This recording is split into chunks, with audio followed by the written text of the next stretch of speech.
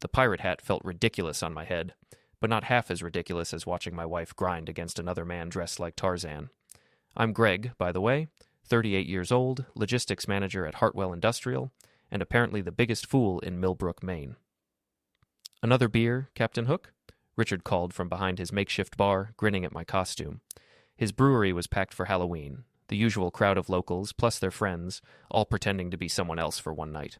If only they knew how much pretending was happening without costumes. "Make it a double," I muttered, watching Alicia, my wife of 6 years, lean into Dominic's muscular chest. She'd poured herself into that Catwoman suit like it was painted on, and every guy in the place was staring. But Dominic was the only one she was staring back at. The music thumped through Richard's converted warehouse space, orange lights casting everything in a hellish glow. Perfect for what I was witnessing. Alicia threw her head back, laughing at something Dominic whispered in her ear, her hand resting on his bare chest. "You seeing what I'm seeing?" Nikki appeared beside me, Richard's sharp-tongued wife dressed as a witch. Fitting, considering her talent for stirring up trouble. "Hard to miss," I said, taking a long pull from my beer. "How long has this been going on?" Nikki's painted green face twisted into something resembling sympathy. "Greg, honey, you really don't know?" My stomach dropped. "Know what?"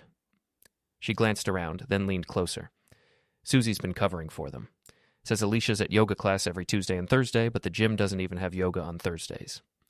Susie, Alicia's best friend since college, married to Dominic, but apparently fine with sharing. The pieces started clicking together like puzzle pieces I'd been too blind to see. The late nights, the new workout clothes, the way Alicia had suddenly become interested in fitness. "How long?" I asked again. 3 months, maybe 4. Everyone's been talking about it, Greg. I thought you knew and were just handling it quietly." Everyone knew. The whole town had been watching me play the fool while my wife paraded around with her muscle-bound boy toy. I felt heat rising in my chest, a familiar sensation from my amateur boxing days. The moment before, you either threw a punch or got flattened.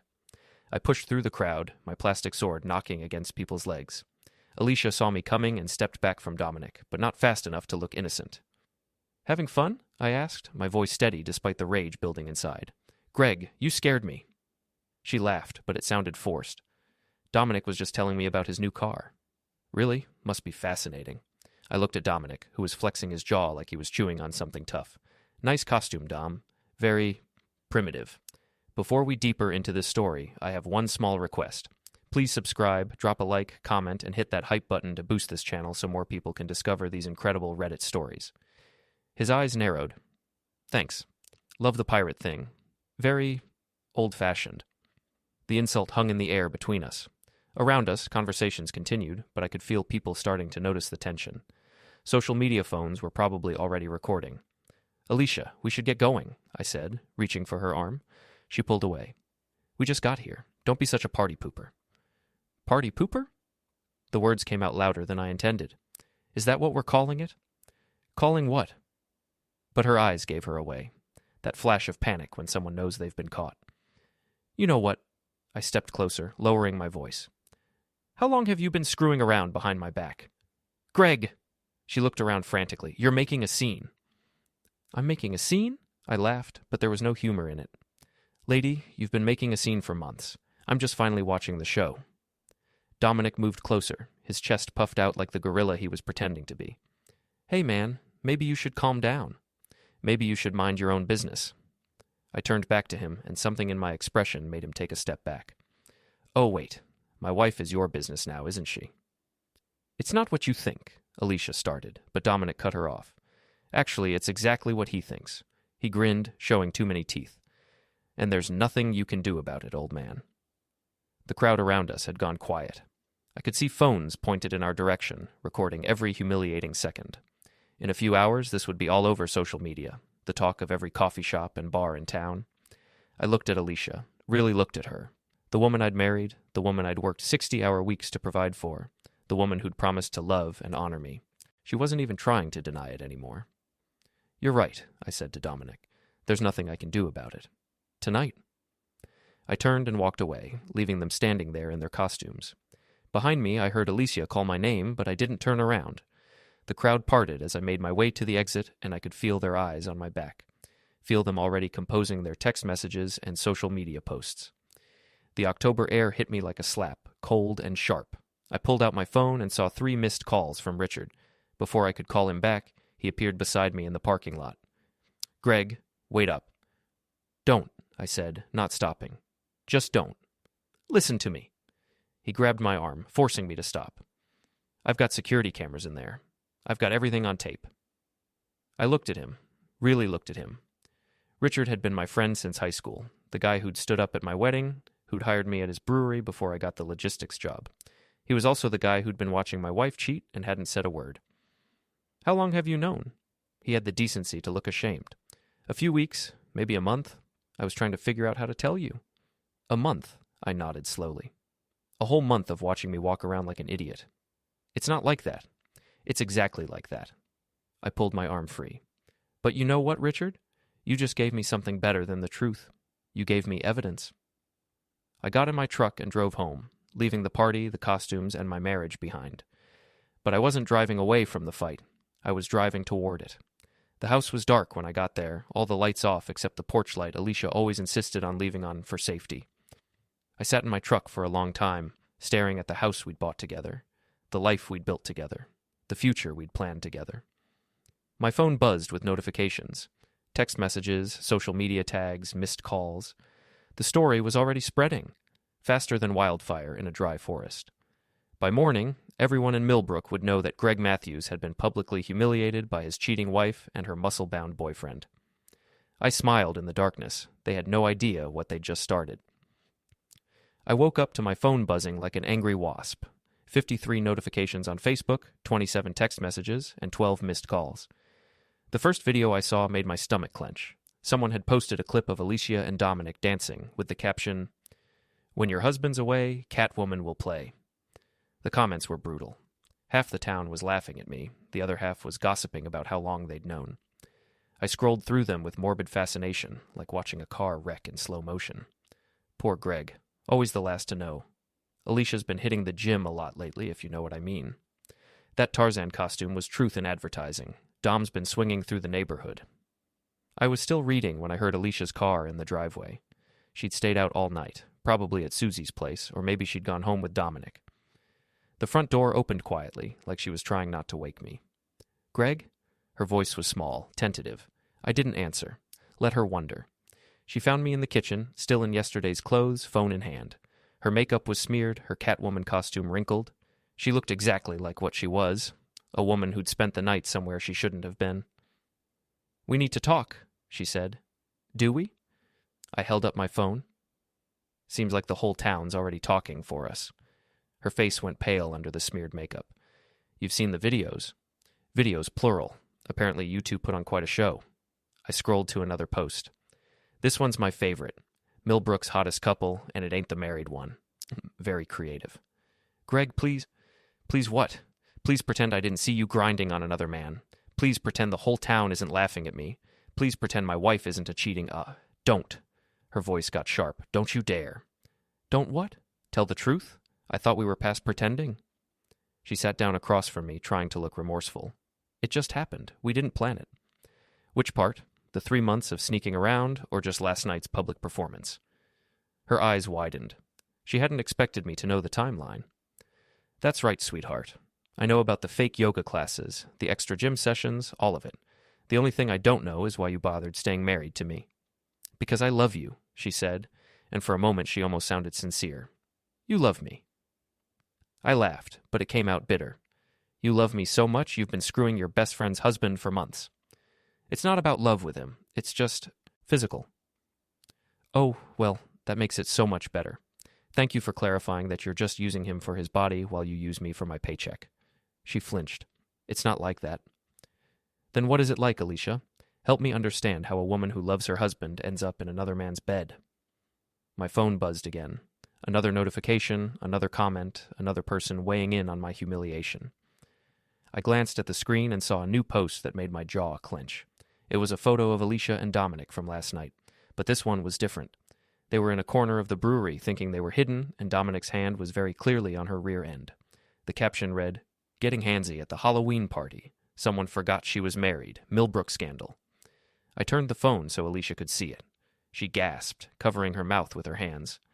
37 comments in 10 minutes, I said conversationally. Your mother's going to love this one. Oh, God. She buried her face in her hands. This is a nightmare. For you, maybe. For me, it's educational.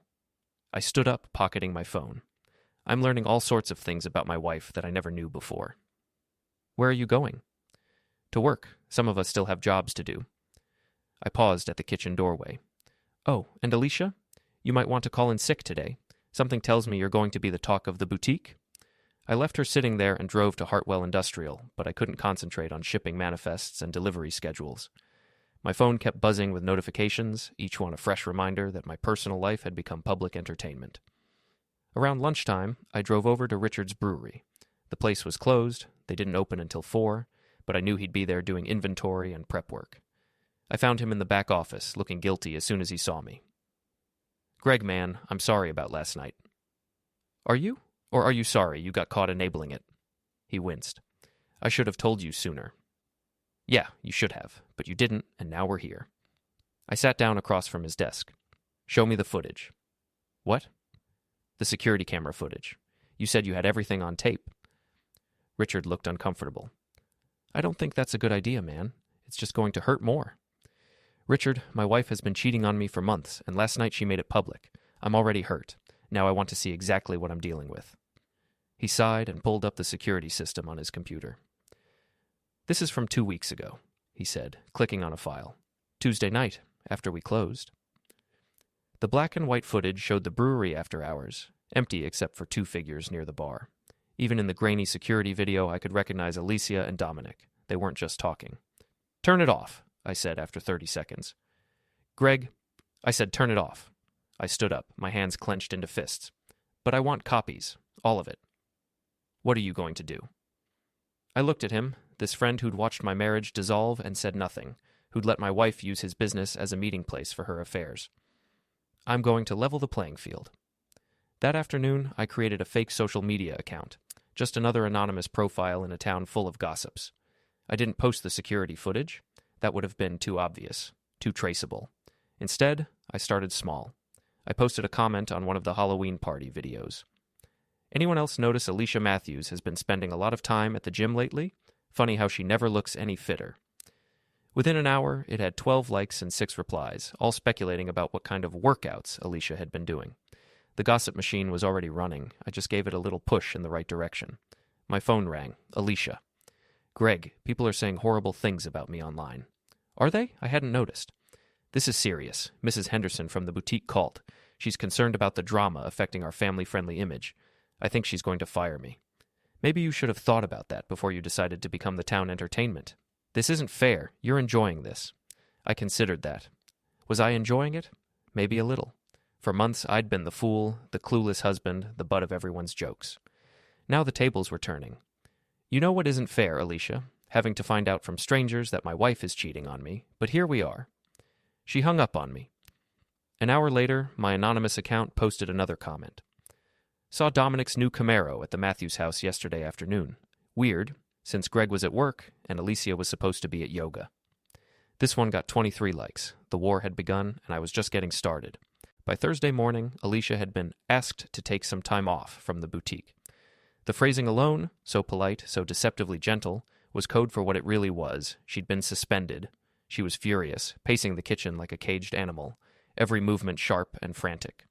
The floorboards creaked beneath her heels, the rhythmic sound of a woman whose world was shrinking with every step. I sat at the counter, calm, eating my breakfast and scrolling through the morning news on my tablet as if I hadn't been the one quietly pulling the strings behind her sudden downfall.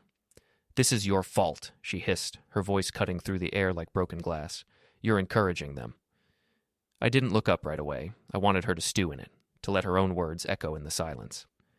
Encouraging who? I asked finally, my tone deliberately mild. The gossips, the trolls, everyone who's making my life miserable. I set the tablet down and met her eyes. They were wild, red from lack of sleep, rimmed with frustration and shame. Sweetheart, I said evenly. I hate to break it to you, but I didn't make you cheat. I didn't make you flaunt it in public. And I certainly didn't make you stupid enough to think nobody would notice. Her jaw dropped. I wasn't flaunting anything. Really? I tilted my head, feigning thoughtfulness. because there are about 47 videos circulating online that suggest otherwise. You might want to check the tags, they're quite creative. She slammed her coffee mug down so hard that the handle snapped clean off, the sharp crack echoing through the kitchen. "I can't even leave the house," she shouted. "Mrs. Patterson stared at me through her window for 10 minutes yesterday. 10 minutes!" I took another sip of my coffee, unmoved. "Maybe she was trying to figure out if you were coming or going," I said casually. "Apparently that's been hard to track lately." Her face flushed deep crimson. "You're being cruel." "No," I said, pushing my empty plate away and standing. "I'm being honest. There's a difference, though I understand why you might not recognize it." She glared at me, trembling with the effort of holding herself together, but I could tell she was unraveling. The gossip, the whispers, the public humiliation, it was all chipping away at her composure. My phone buzzed on the counter. A text from Richard. "Fall Fest this weekend, Town Square. You coming?" I smiled faintly. The Fall Fest was Millbrook's biggest event of the season. Craft booths, food trucks, local vendors, live music, and most importantly, Richard's brewery running the beer garden. The entire town would be there, and so would Alicia, so would Dominic. It was perfect. "What's that smile about?" she demanded, narrowing her eyes.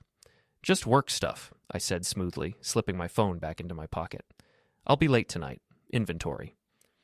Technically, it wasn't a lie. I did have inventory to do, just not the kind she was thinking of. I had to take stock of exactly how much chaos I could unleash in one very public setting. The rest of the day was spent planning. Not impulsively, not emotionally, strategically. Every step had to be precise.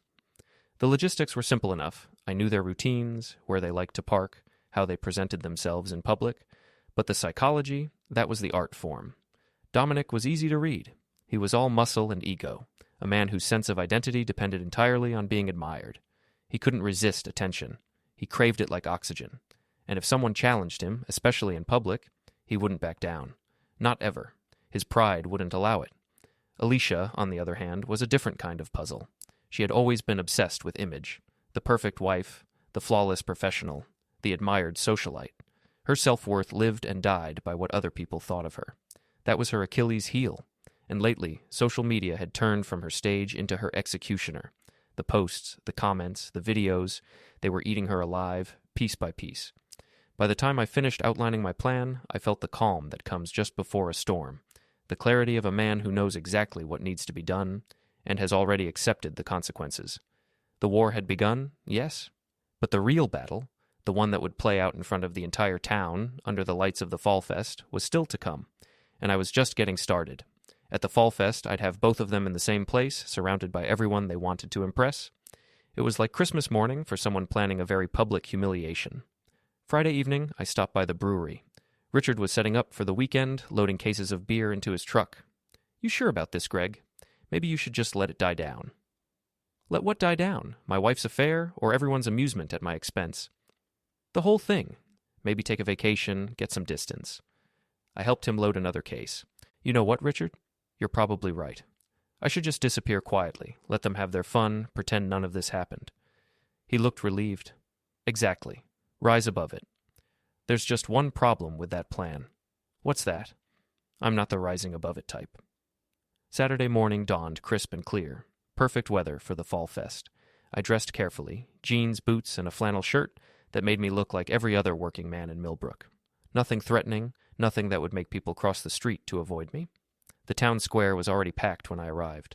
Families with kids, teenagers trying to look bored, seniors gossiping over coffee and pastries.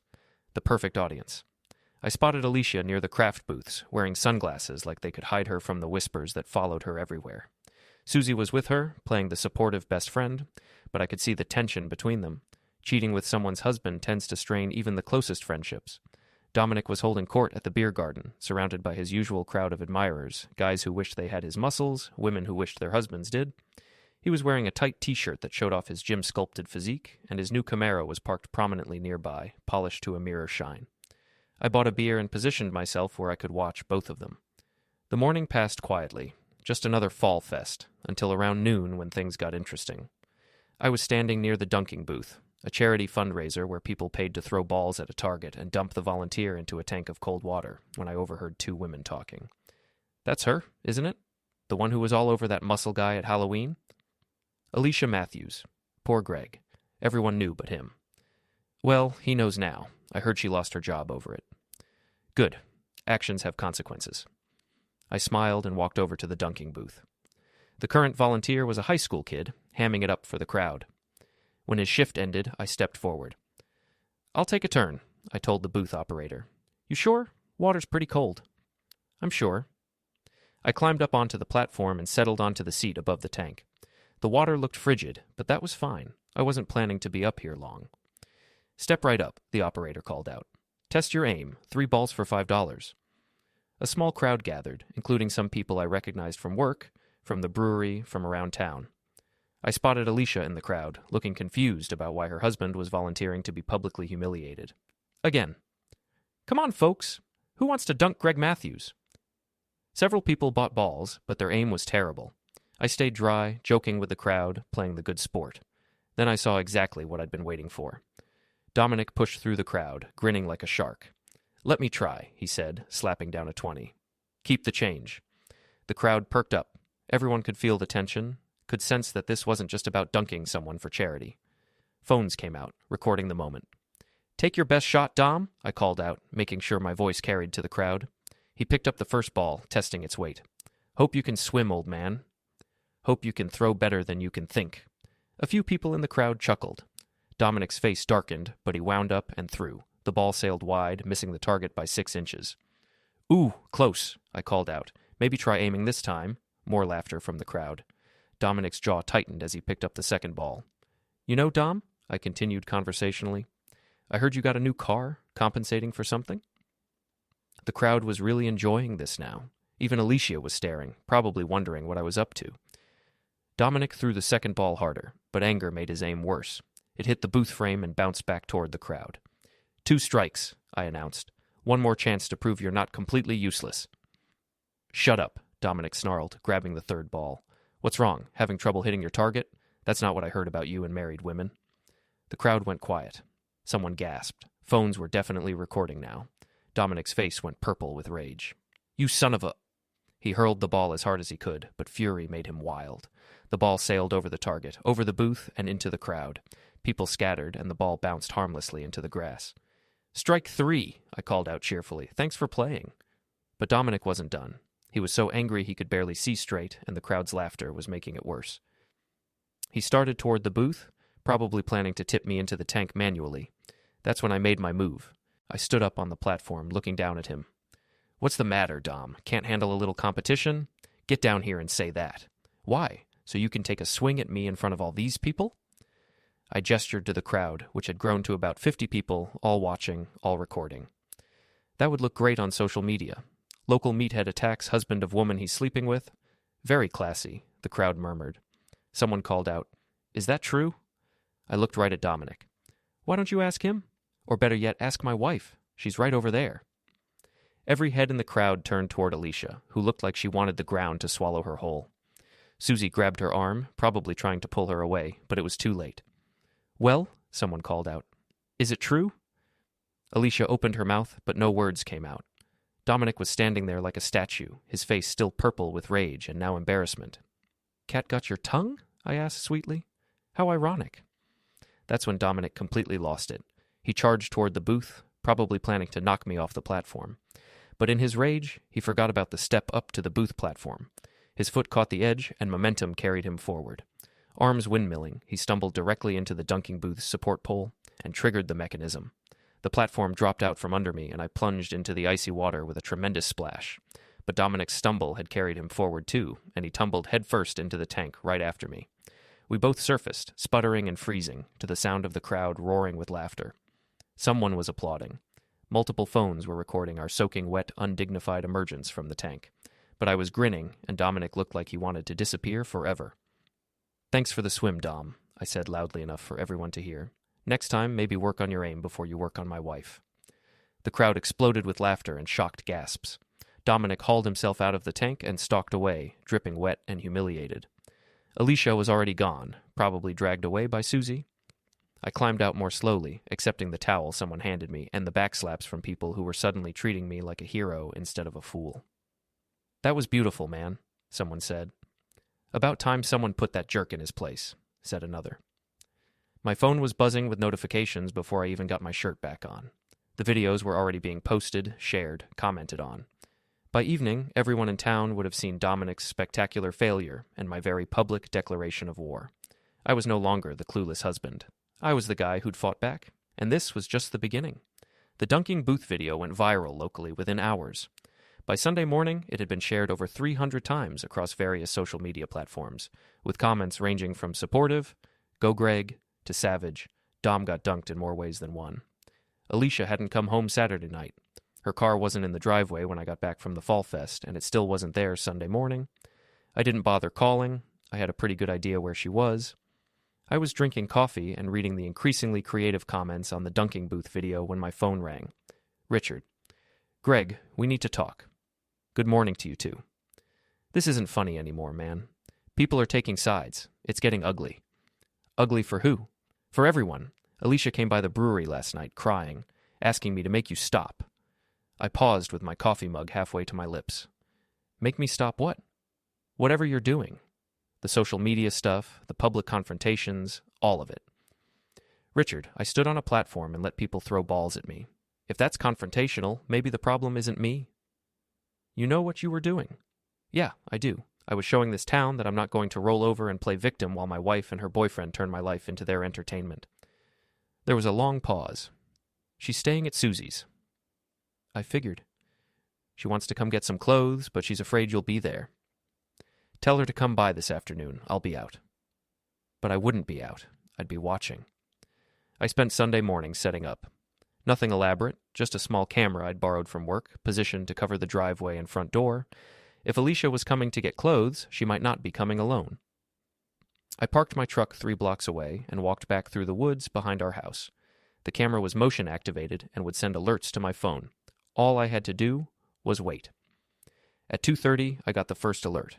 Alicia's car in the driveway, followed 30 seconds later by Dominic's Camaro. I smiled grimly. Bringing her boyfriend to collect her things from her husband's house. That was either incredibly stupid or incredibly arrogant. I gave them 10 minutes to get settled, then walked around to the front door and let myself in. I could hear voices upstairs in our bedroom. Alicia's defensive, Dominic's aggressive. Told you he was getting weird about this, Dominic was saying. He's always been jealous, Alicia replied. But yesterday was different. He's planning something. Let him plan. What's he going to do? He's a logistics manager, not a fighter. I climbed the stairs quietly, my phone already recording video. The bedroom door was open, and I could see them clearly. Alicia stuffing clothes into a suitcase while Dominic lounged on my bed like he owned the place. Maybe we should just tell everyone, Alicia said. Stop sneaking around. And what? Get divorced so you can marry me? Dominic laughed. Babe, we've talked about this. You're fun, but you're not wife material. The look on Alicia's face was priceless. Shock, hurt, and dawning realization that she'd thrown away her marriage for a guy who saw her as a temporary amusement. What do you mean, not wife material? Come on, you cheated on your husband. What makes you think you wouldn't cheat on me? I chose that moment to step into the doorway. Trouble in paradise? They both spun around. Alicia gasped, and Dominic jumped off the bed like it was on fire. Greg, you said you'd be out. I lied. Seemed appropriate, given the circumstances. I held up my phone, still recording. Don't let me interrupt. This is fascinating. Turn that off, Dominic demanded. Or what? You'll charge at me and fall into something again? His face darkened, but he didn't move. Yesterday's public humiliation had apparently taught him some caution. For a beat, there was only the low thrum of the refrigerator and the distant sound of traffic through the open kitchen window. The late afternoon light slanted across the countertop, catching on crumbs and the rim of a forgotten wine glass. The room felt small in that way that rooms do when everything that was ordinary has been rearranged by some catastrophic event. Ordinary objects seemed to be waiting to take sides. You can't record us without permission, Alicia said, her voice brittle now, the composure she'd tried to wear all week cracking under the strain. Actually, I can. This is my house, and you're trespassing. I kept the phone steady, angling it so the camera picked up both of them, Dominic's broad shoulders and the way Alicia's fingers curled around the back of a kitchen chair. But please, continue your conversation. I was particularly interested in the part about Alicia not being wife material. Dominic's eyes flickered, and for a second I saw the old confidence, the one that had gotten him through too many awkward situations by talking loudly to cover the gap. But the memory of yesterday, the dunking booth, the splash, the crowd, sat in his face like an uncomfortable tan. He was practiced at bluster, but practice only carries you so far.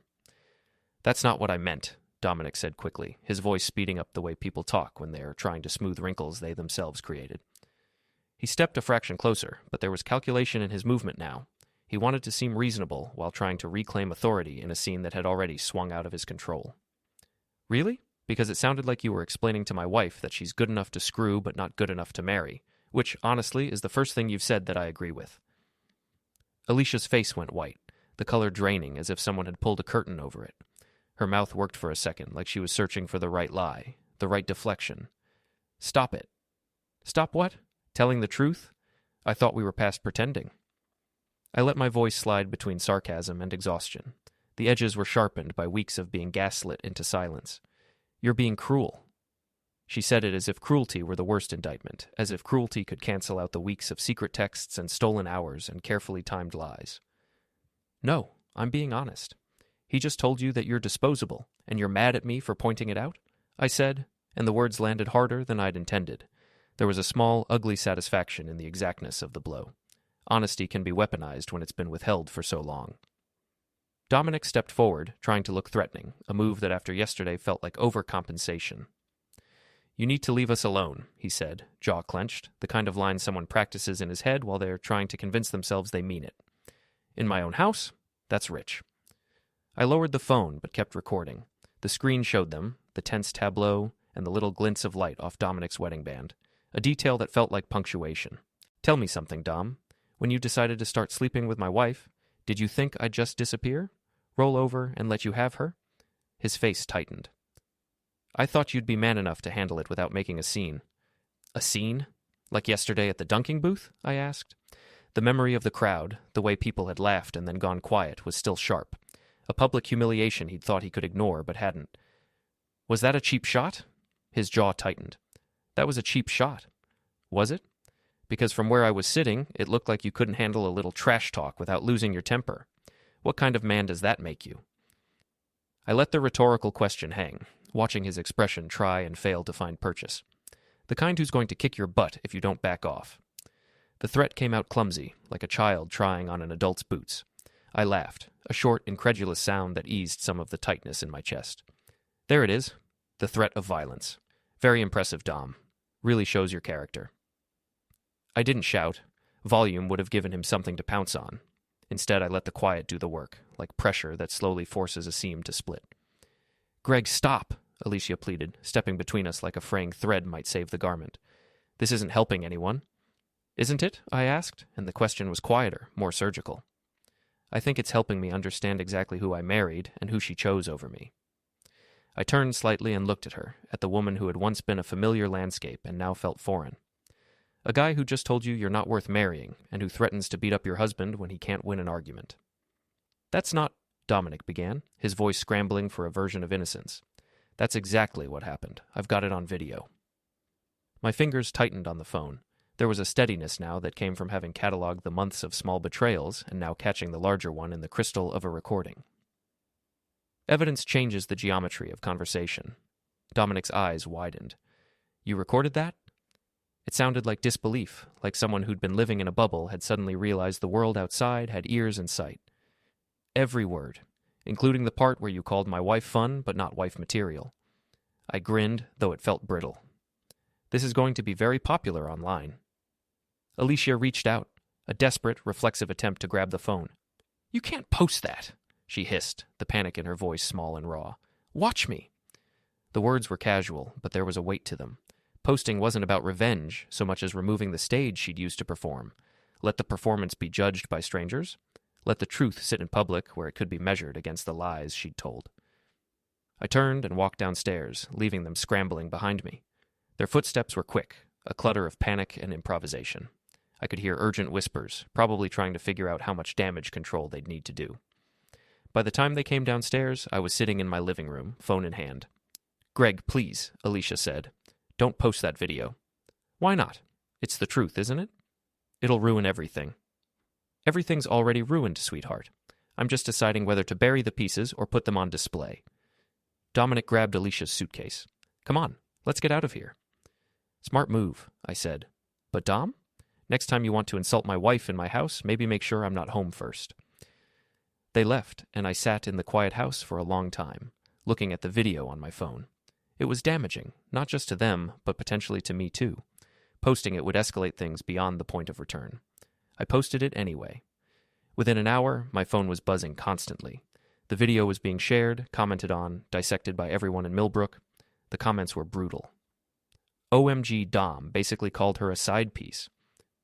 Alicia threw away her marriage for a guy who doesn't even want her. This is better than reality TV. Poor Greg. At least now he knows what kind of people he was dealing with. My phone rang. Nikki. Greg, honey, you need to see this. See what? Susie just posted something on Facebook. Well, just look. I found Susie's post quickly enough. It was a long, rambling explanation of how she'd been caught in the middle of the situation, how she'd tried to protect everyone involved, and how she was disappointed in the direction this has taken.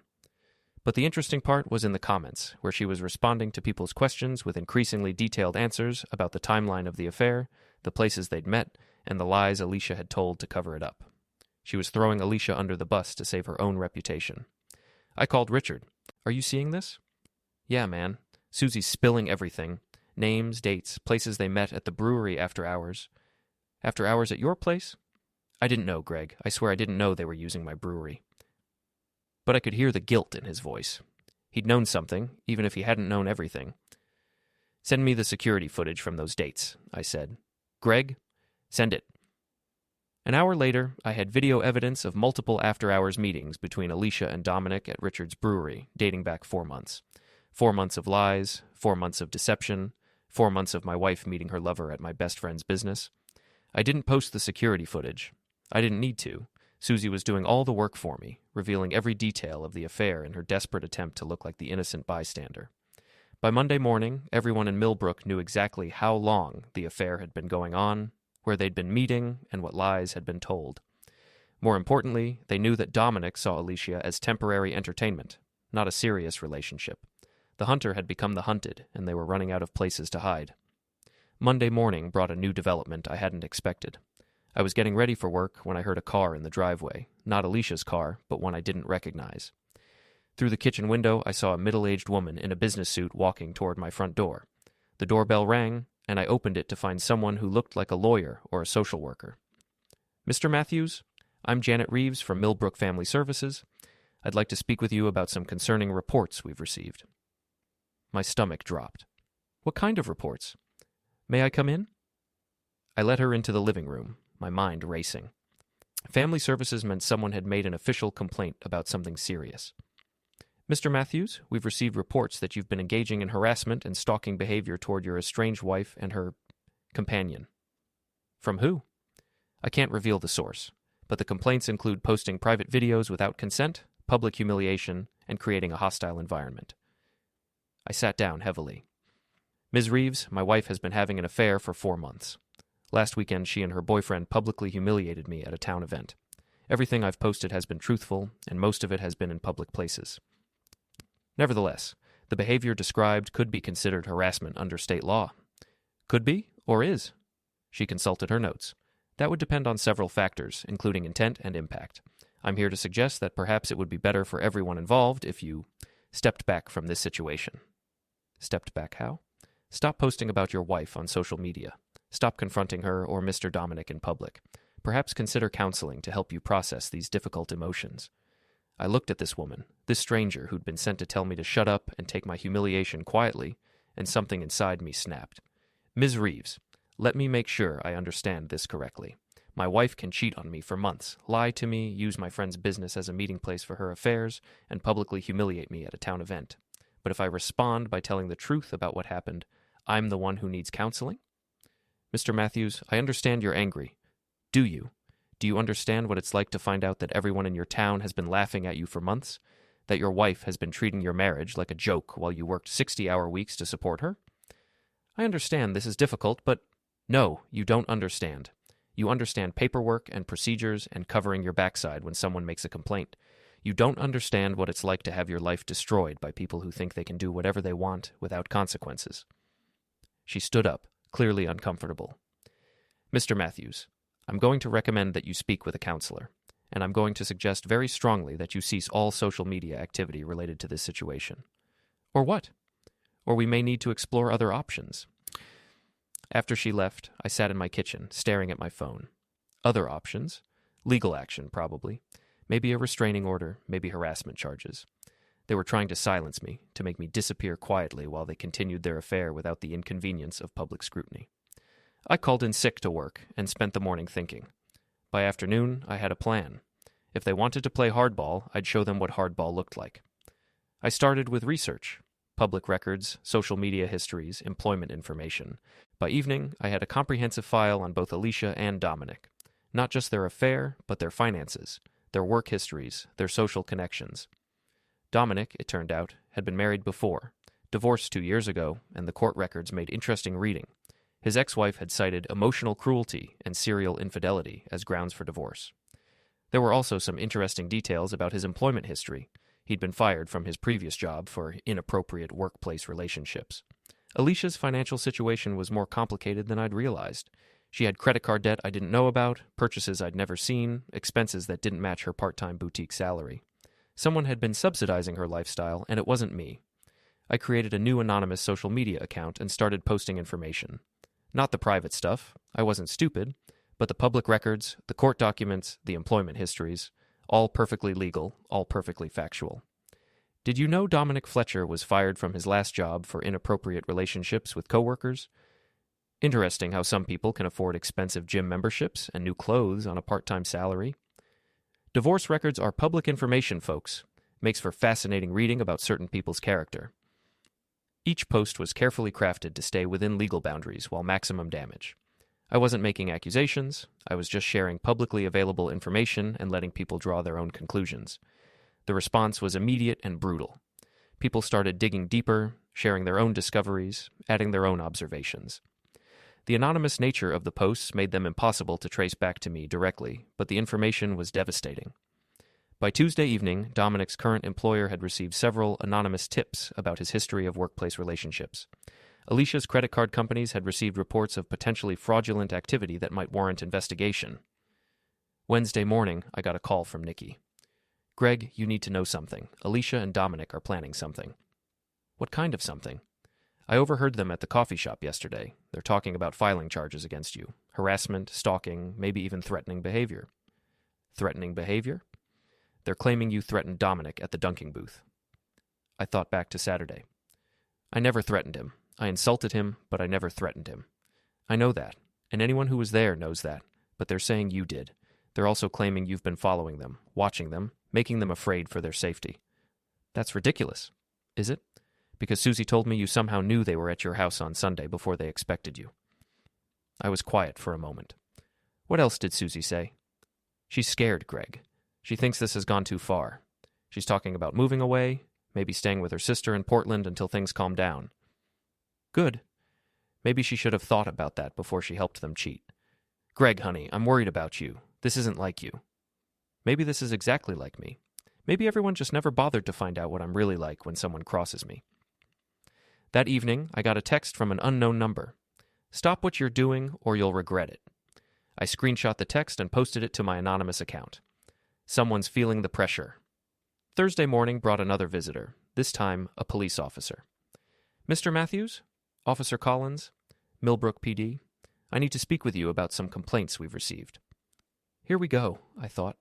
What kind of complaints? "Harassment complaints.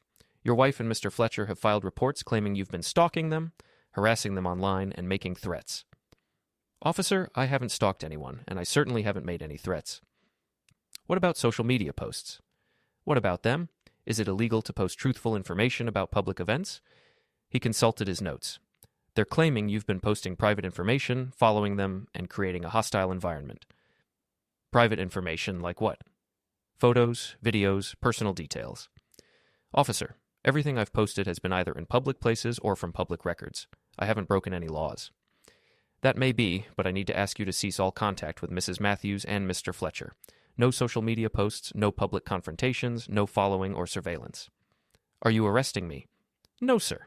This is just a warning. But if the behavior continues, we may need to consider other options. After he left, I realized they'd backed me into a corner. If I continued the social media campaign, they could claim I was violating the police warning. If I stopped, they won by default. But they'd made one critical mistake. They'd assumed I was working alone. That evening, I called Richard. I need a favor. Greg, man, I don't think I should get involved. You're already involved. They used your brewery for their meetings, remember?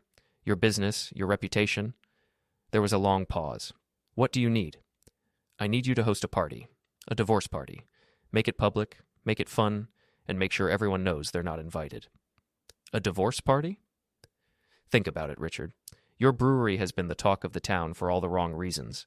This is your chance to control the narrative. Show that you're not associated with cheaters and liars. Another pause. When? This weekend. Saturday night.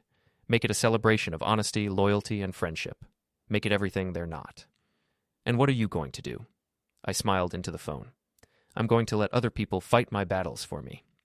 The divorce party was announced Friday morning on the brewery's official social media accounts. Join us Saturday night for Greg Matthews' Freedom Party, celebrating honesty, loyalty, and new beginnings. Music, food, drinks, and good friends. Everyone welcome. Well, almost everyone. Within hours, it had been shared dozens of times. People were commenting, asking questions, making jokes. The whole town was talking about it. More importantly, people were taking sides. And increasingly, those sides were not favorable to Alicia and Dominic. Saturday night was going to be very interesting indeed. Saturday evening, I dressed carefully for my own divorce party. Nothing flashy, just clean jeans, a button-down shirt, and boots. I wanted to look like exactly what I was, a working man who'd been wronged but wasn't broken. Richard's brewery was packed by the time I arrived at 7. The parking lot was full, people were spilling out onto the sidewalk, and I could hear laughter and music from inside. Half the town had shown up, including people I barely knew. "There's the man of the hour," someone called out as I walked in. A cheer went up from the crowd, and suddenly I was surrounded by people shaking my hand, patting my back, buying me drinks. "About time someone stood up to those two," said Jim Patterson from the hardware store.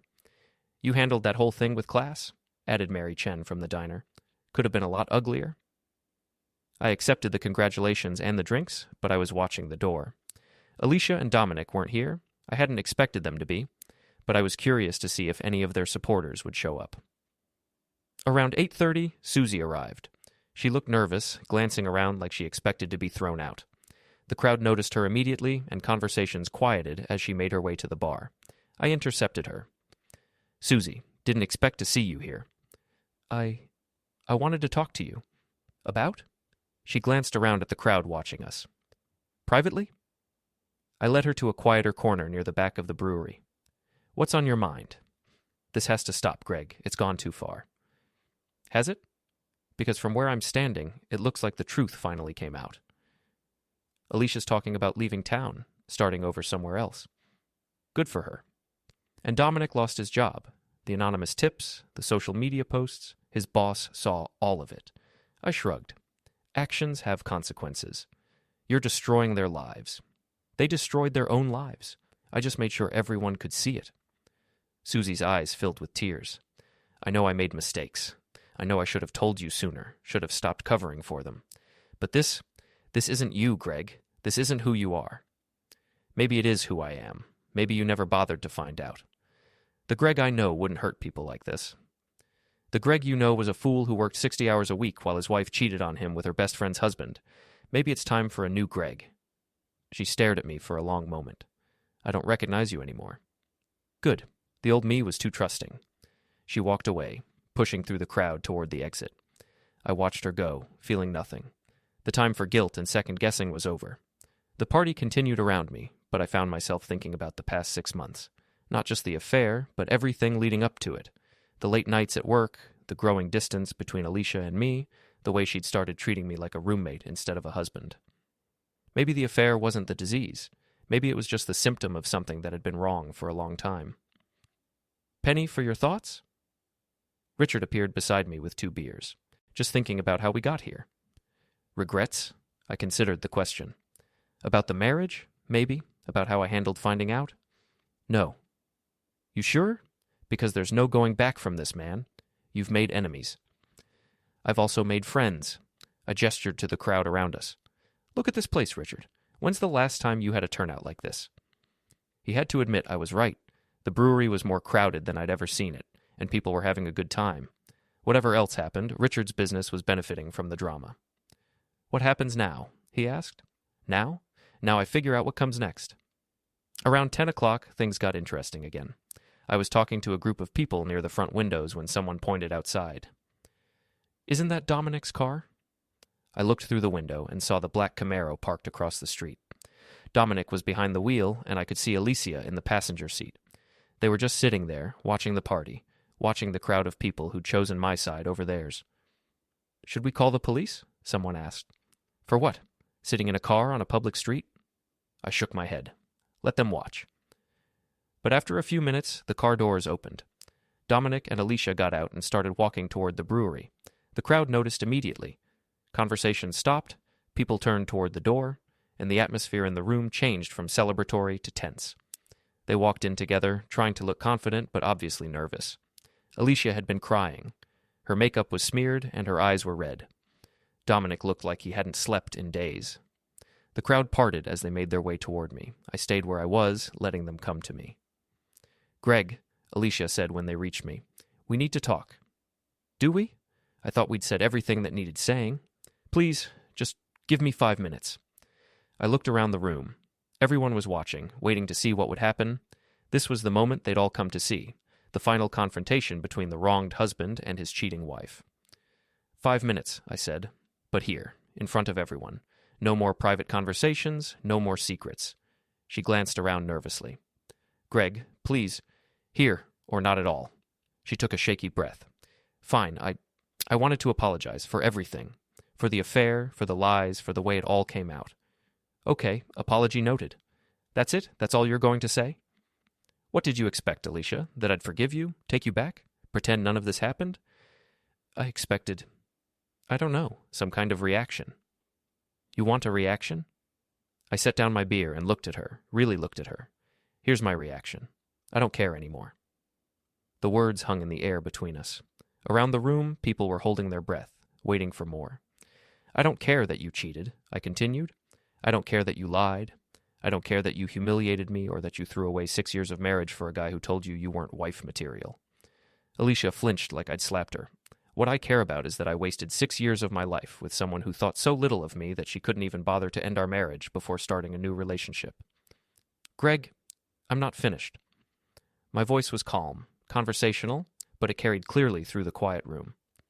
You want to know what the worst part is? It's not the cheating. It's not even the lying. It's that you made me complicit in my own humiliation by keeping me in the dark, while everyone else in town knew what was happening. I looked at Dominic, who was standing slightly behind Alicia like he was trying to hide. And you. You're not even worth my anger. You're just a coward who goes after other men's wives because you can't handle a relationship with someone who's actually available. Dominic's face darkened. You don't know anything about me. I know you lost your job because of your inability to keep your hands to yourself. I know your ex-wife divorced you for the same reason you're going to lose Alicia, because you can't be faithful to anyone. That's not true, isn't it? How long do you think it'll be before you get bored with her and move on to someone else's wife? I could see the doubt creeping into Alicia's expression. She was starting to realize that everything I'd said about Dominic was probably true. You know what the funny thing is? I continued. You both thought you were so clever, sneaking around, lying, making me look like a fool. But you're the fools. You gave up everything. Marriages, friendships, reputations, jobs. For what? A few months of excitement?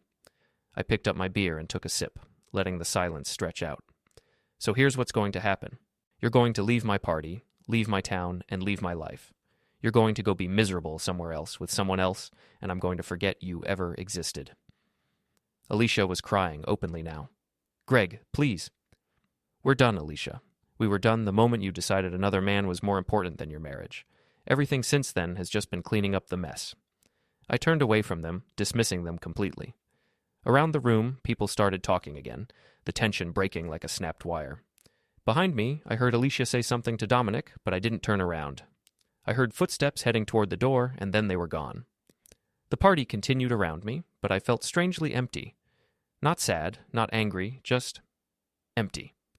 Like a weight I'd been carrying for months had finally been lifted. That was something, Richard said, appearing beside me again. Yeah, it was. How do you feel? I thought about it. Free. And I was. For the first time in months, I felt completely, utterly free. Free from the lies, free from the pretending, free from the marriage that had been over long before I'd realized it. The party went on until well past midnight, but I left around 11. I'd said what I needed to say, done what I needed to do. The rest was just noise. I drove home through the quiet streets of Millbrook, past the houses where people were probably still talking about what they'd witnessed at the brewery, past the coffee shop where Alicia and Dominic had planned their strategy, past the gym where they'd carried on their affair, past all the places that had been part of my old life. When I got home, the house felt different. Not empty, just mine. For the first time in years, it felt like it belonged entirely to me. I sat in my kitchen, looking around at the space Alicia and I had shared, and realized I wasn't sad to see her go. I was relieved. My phone buzzed with notifications, messages from people at the party, social media posts about the confrontation, probably more gossip and speculation. But I didn't check them. I was done with all of that. Tomorrow, I'd start figuring out what came next. Tonight, I was just going to enjoy the silence. Outside, Millbrook slept peacefully, and for the first time in months, so would I. The war was over, and I had won. Not because I'd destroyed them, though I had, but because I'd finally stopped letting them destroy me. Some battles are worth fighting, and some people are worth fighting for. But some fights are just about refusing to lose, and I'd refused to lose.